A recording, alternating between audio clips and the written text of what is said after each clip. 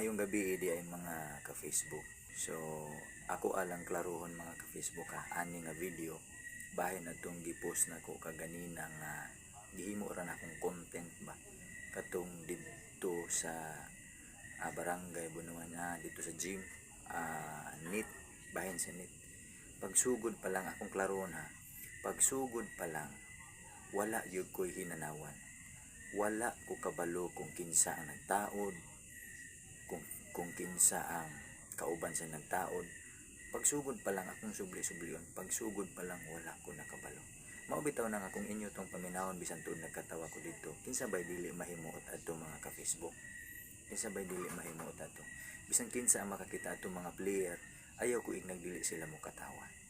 Nag-video tuod ko pero akong sublion, content ra to. Og bahin anang giingon sa usa sa nag-comment sa ato nga video nga personal, wala ko na personal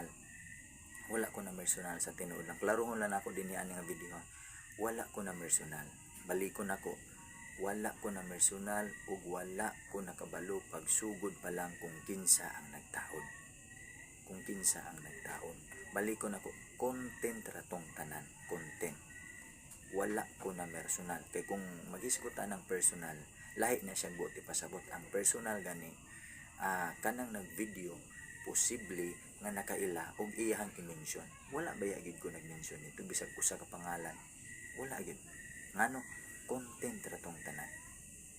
Ako lang giklaro ba kay para makabalo pud mo nga maunay ako ang usa sa ko ang katuyuan. Content lang ang tanan. Vlog lang ba? So wala po ko nakaminos man. Kay kung pananglit bitaw wala to na usab.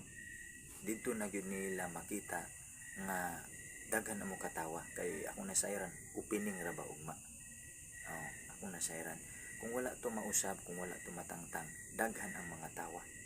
Sa tinuod lang. So balik ko nako content ra to ang tanan, dili tumong nako nga nakaminos or na personal. Wala ko ngalan nga gi-involve adto. Wala bisan usa. So ako aning gihimo nga video aron nga matin-awan ang tanan. Mga silingan ako dinhi sa barangay Bunawan. Di lang nato lainon ang atong panguna-una o ang atong kasing-kasing aron nga dili ta mahimong makiglalis or makig-away sa tuang isig ka tao.